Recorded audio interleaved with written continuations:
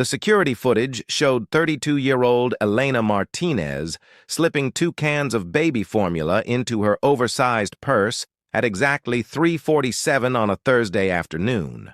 Store manager Kevin Patterson watched from his office as she walked past the diapers, grabbed a loaf of bread from the bakery section, paid for just the bread at self-checkout, and headed toward the exit with $200 worth of formula hidden in her bag.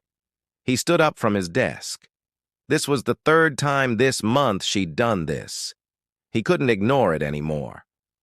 Before we dive in, drop a comment and let us know where you're watching from. We'd love to hear from you. If you enjoy stories like this, be sure to like the video, subscribe, turn on the notification bell, and share it with someone who'd love it too. Kevin walked out of his office and intercepted Elena at the door. "Ma'am, I need you to come with me." Elena's face went white. Her hand instinctively went to her purse. "I don't know what you're talking about. Please don't make this harder than it needs to be. I have you on camera. Just come to my office. We can handle this quietly." Elena's eyes filled with tears. She looked at the exit. For a second, Kevin thought she might run. Then her shoulders sagged and she nodded. They walked through the store together. Other customers stared. Elena kept her head down. Her hands were shaking. Kevin's office was small and cramped. He gestured to a chair and she sat. He closed the door and sat across from her. "Empty your purse on the desk." Elena's hands trembled as she opened her bag. Out came 2 cans of premium infant formula, and a crumpled pack of diapers, 3 jars of baby food, a worn wallet, car keys, a pacifier. Kevin looked at the items, then at Elena. "You know I have to call the police." "Please don't."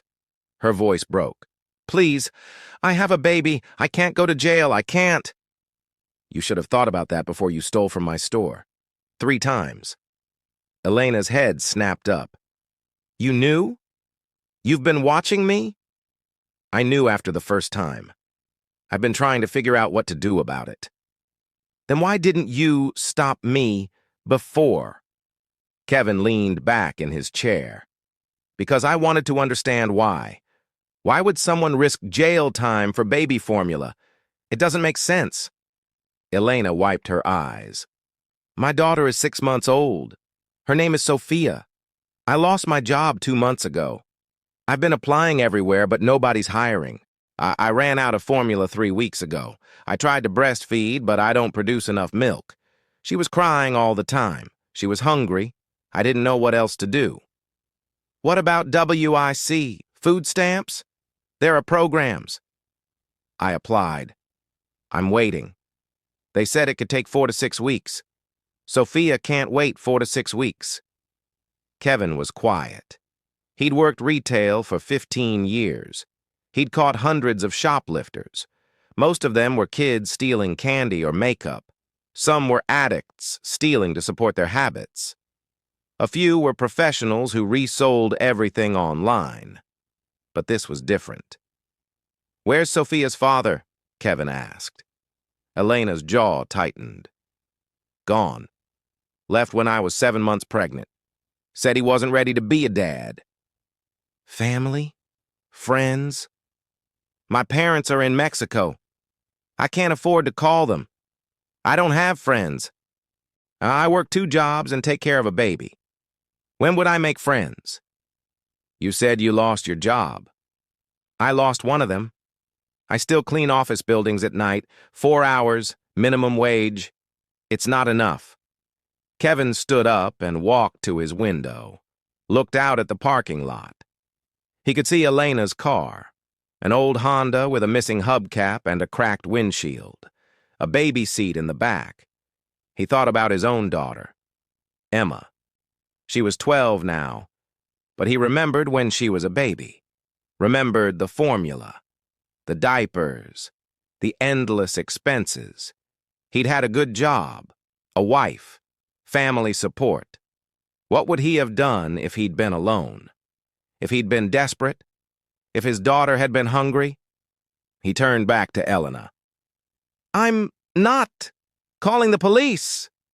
She looked up, eyes wide. What? I'm not calling the police. But you can't come back here. You're banned from this store. Understand? Elena nodded frantically. Yes. Yes. I understand. Thank you. Thank you so much. Wait. Kevin held up his hand. I'm not done. He walked to his computer, pulled up the employee purchase system, started typing. What are you doing? Elena asked. Using my employee discount to buy some things. Don't worry about it. 5 minutes later, Kevin walked out of his office carrying 2 large bags. Elena followed him, confused. He went to the baby aisle, started loading items into a shopping cart.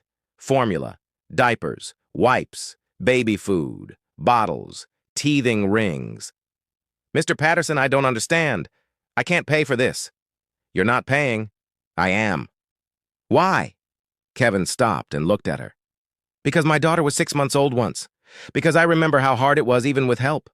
Because I can't imagine doing it alone. Elena started crying. I can't accept this. Yes, you can. And you will. For Sophia. They went to the checkout. Kevin paid for everything with his own credit card. $347, nearly a week's salary. As they loaded the bags into Elena's car, Kevin pulled out his wallet, handed her his business card. My personal cell number is on the back. Call me tomorrow. Why? Just call me. Elena drove home in a daze.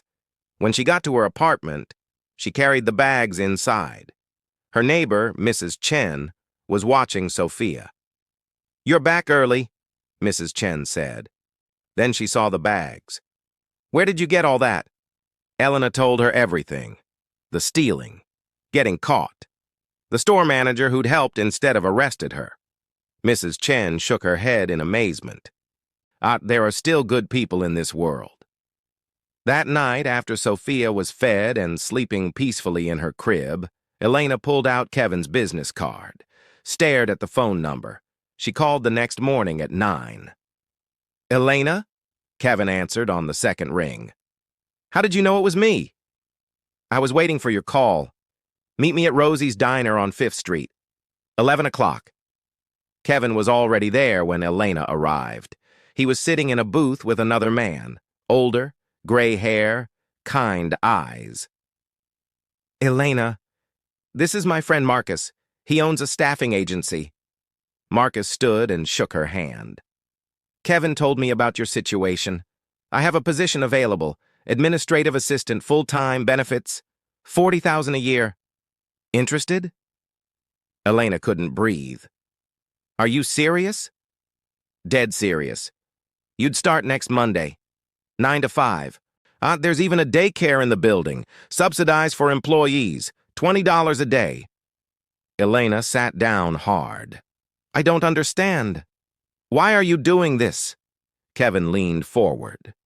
Because I can. Because you need help. Because your daughter deserves a mom who doesn't have to steal to feed her. I haven't even interviewed. You don't know if I'm qualified. Marcus smiled. Kevin vouched for you. That's good enough for me. Plus, I ran a background check this morning. You have a degree in business administration. You worked as an executive assistant for 6 years before Sophia was born. You're overqualified, if anything. Then why couldn't I find a job? Because you were applying to places that saw a 6-month gap in employment and assumed the worst. They didn't know you had a baby. They didn't care. I care. Elena put her head in her hands, and she was crying again. Seemed like all she did lately was cry. I don't know how to thank you. Take the job. Show up on time. Work hard. That's thanks enough. Elena started the following Monday. The job was perfect. The daycare was clean and affordable. Sophia thrived there. Made baby friends.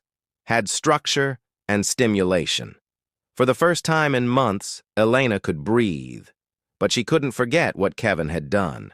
Every Friday after work, she stopped by the grocery store, not to shop, just to see him, to say, "Thank you again." After 3 weeks of this, Kevin pulled her aside. "Elena, you need to stop thanking me. I can't help it. You changed my life. Then pay it forward." "What do you mean?" "When you're stable, when you're on your feet, help someone else who's struggling. That's how you thank me." 2 months later, Elena was grocery shopping when she saw a young woman slip something into her purse. She watched as the woman grabbed a few items, paid for half of them, and headed for the door. Elena followed her outside. "Excuse me?" The woman turned. She looked terrified. Young, maybe 19. "I didn't do anything." "I know what you did. I used to do the same thing. Let me help." Elena took her to coffee. Learned her name was Ashley, that she was homeless, couch surfing, pregnant, scared. Elena called Marcus. "Remember how you helped me? I need you to help someone else." Marcus hired Ashley the next week. Entry-level position. But it was enough. Elena helped Ashley find an apartment, helped her sign up for WIC and Medicaid, helped her prepare for the baby. When Ashley's son was born 3 months later, Elena was there at the hospital. I brought diapers and formula and all the things new mothers need. "Why are you doing this?" Ashley asked, holding her newborn. "Because someone did it for me once, and because I promised I'd pay it forward." 6 months after that, Elena was promoted to office manager. Salary increase, better benefits. She was finally stable, finally secure. She went to the grocery store that evening, found Kevin stocking shelves. "You still work here?" she asked. He turned and smiled. "Hey, stranger, long time no see." "I got promoted today." "That's amazing. Congratulations." "I wanted you to know. I wanted you to know that what you did mattered, that it changed everything." Kevin set down the box he was holding. "I know it did. Marcus keeps me updated. You've been checking on me? Just making sure you're okay." Elena pulled an envelope from her purse. "I can't ever fully repay you, but this is a start." Kevin opened it. Inside was a check for $347, the exact amount he'd spent that day. "Elena, I can't accept this." "You can, and you will. Because I learned from you that sometimes the right thing to do is accept help when it's offered." Kevin laughed. "Touché." They sat on a bench outside the store, watched the sunset paint the sky orange and pink. "Can I ask you something?" Elena said. "Why me? Why did you help me instead of calling the police like you were supposed to?" Kevin was quiet for a moment. "My sister died 10 years ago. She was a single mom, struggled with addiction, lost custody of her kids. I tried to help, but she wouldn't let me. She was too proud, too ashamed. She died of an overdose when her daughter was 3. I'm so sorry." "When I saw you on that camera stealing formula for your baby, I thought about her. About how different things might have been if someone had helped her when she was desperate instead of judging her. I couldn't save my sister, but maybe I could help you." Elena reached over and squeezed his hand. "You did more than help me. You showed me that people still care, that kindness still exists, that the world isn't as cold as I thought it was." Kevin smiled. The world is exactly as kind as we make it. 3 years later, Elena opened her own staffing agency. She specialized in placing single mothers in good jobs, women who'd been overlooked, women who were desperate, women who needed a second chance. She called it Sophia's Promise, named after her daughter. And after the baby, who'd once been hungry but was now thriving. On the wall of her office, she hung a framed copy of Kevin's business card, a reminder of where she'd come from, of the man who'd chosen compassion over judgment, of the moment her life had changed. And every time she helped a struggling mother find work, she thought about that Thursday afternoon when she'd been caught stealing formula, when she'd thought her life was over, when a store manager had looked past her crime and seen her humanity.